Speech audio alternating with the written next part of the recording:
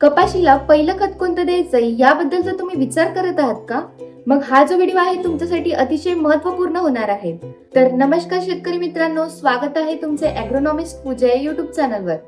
तर शेतकरी मित्रांनो, कपाशीला खत देताना पहिले खत व्यवस्थापन नेमके कशा प्रकारे करायचे आहे, कारण यावर्षी खताच्या किमती सुद्धा वाढलेल्या आहेत. त्यामुळे कपाशीला संतुलित व योग्य व्यवस्थापन करून घेणे अतिशय महत्त्वाचे आहे. तर शेतकरी मित्रांनो, मी तुम्हाला या व्हिडिओच्या माध्यमातून एक अतिशय महत्त्वाची माहिती सांगणार आहे. ती म्हणजे कपाशीला पहिलं खत व्यवस्थापन नेमकं कोणतं करायचं आहे. तर याबद्दलची संपूर्ण माहिती आपण आजच्या व्हिडिओमध्ये जाणून घेणार आहोत.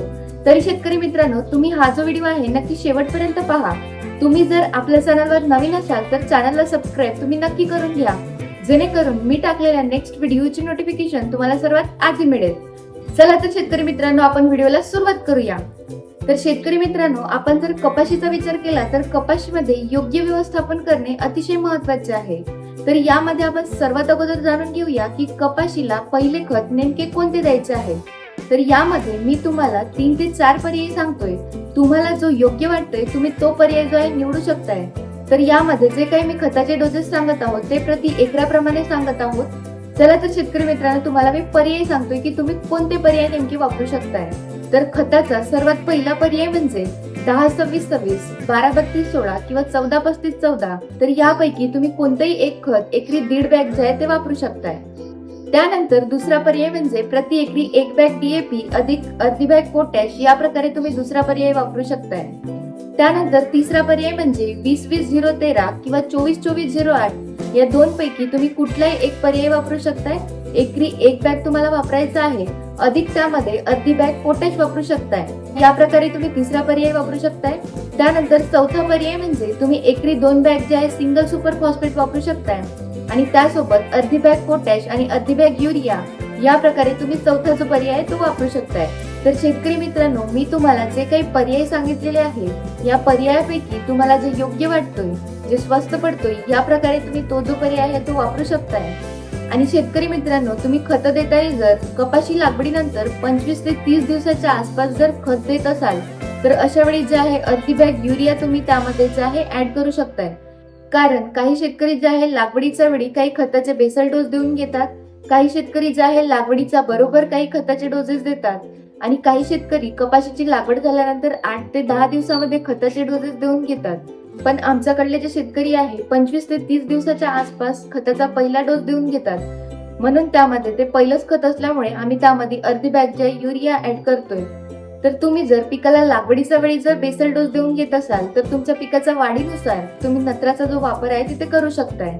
कारण शेतकरी मित्रांनो, सुरुवातीच्या 20 दिवसामध्ये झाडाची मुळांची वाढ होत असते आणि झाड जे आहे मंद गतीने वाढत असते, तेव्हा त्याला नत्राची तेवढी जास्त आवश्यकता नसते. परंतु कपाशीचे झाड 25 ते 30 दिवसाचे झाल्यानंतर झाडाची वाढ जी आहे ती जोमाने होते, झाडाला चांगले फुटवे येत असतात. त्यामुळे झाड जे आहे नवीन पाने बनवण्यास सुरुवात करते, खोडाची वाढ होते, फांद्यांची वाढ होते. त्यामुळे तिथे नत्राची आवश्यकता जी आहे झाडाला खूप जास्त प्रमाणात असते. म्हणून त्यावेळी नत्राची कमी पडू नये म्हणून आपण तिथे अर्धी बॅग जे आहे युरिया देऊन घेत आहोत. तर शेतकरी मित्रांनो, जो काही आपण युरियाच्या मार्फत नत्राचा पुरवठा करत आहोत तर त्यामुळे झाडामध्ये क्लोरोफिल तयार होण्यास मदत होते, जे की झाडामध्ये फोटोसिंथेसिस प्रोसेस जी आहे ती चांगल्या प्रकारे करते. त्यामुळे झाडाची वाढ जोमदार होते, चांगले फुटवे फुटण्यास मदत होते आणि समोर जे आहे आपल्या उत्पादनामध्ये वाढ होण्यासाठी मदत करते. मात्र तुम्ही एक गोष्ट लक्षात ठेवा, युरियाचा अतिवापर करू नका. कारण की युरियाचा अतिवापर केल्याने झाडाची अतिरिक्त वाढ होते. त्यामुळे माती परीक्षण करूनच तुम्ही खतांचा जो आहे तो योग्य वापर करू शकताय, किंवा तुम्ही आधी दिलेलं खत आणि आता पिकाची अवस्था पाहूनच नत्राचा वापर जो आहे तो तुम्ही करू शकताय. तर शेतकरी मित्रांनो, आजच्या व्हिडिओमधून तुम्हाला नक्की समजले असेल की पिकाला पहिलं खत नेमकं कोणतं करायचंय, कोणत्या वेळी करायचंय आणि युरियाचे महत्त्व काय आहे याबद्दलची मी माहिती तुम्हाला सांगितलेली आहे.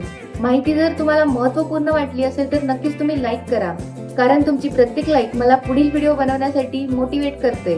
म्हणून तुम्ही लाईक करा आणि कपाशी उत्पादक शेतकऱ्यांना सुद्धा तुम्ही हा जो व्हिडिओ आहे नक्की शेअर करा, जेणेकरून त्यांना सुद्धा महत्त्वाची माहिती मिळेल. आणि तुमचे सुद्धा कपाशी रिलेटेड जर काही प्रश्न असतील तर ते सुद्धा मला कमेंटमध्ये नक्की विचारा. नेक्स्ट व्हिडिओ तुम्हाला कोणत्या टॉपिकवर पाहिजे आहे तो टॉपिक सुद्धा मला कमेंटमध्ये नक्की सांगा, जेणेकरून मी त्या टॉपिकवर व्हिडिओ बनवू शकू आणि योग्य माहिती तुमच्यापर्यंत घेऊन येऊ शकू. चला तर शेतकरी मित्रांनो, भेटूया आपण पुढील व्हिडिओमध्ये. तोपर्यंत राम राम.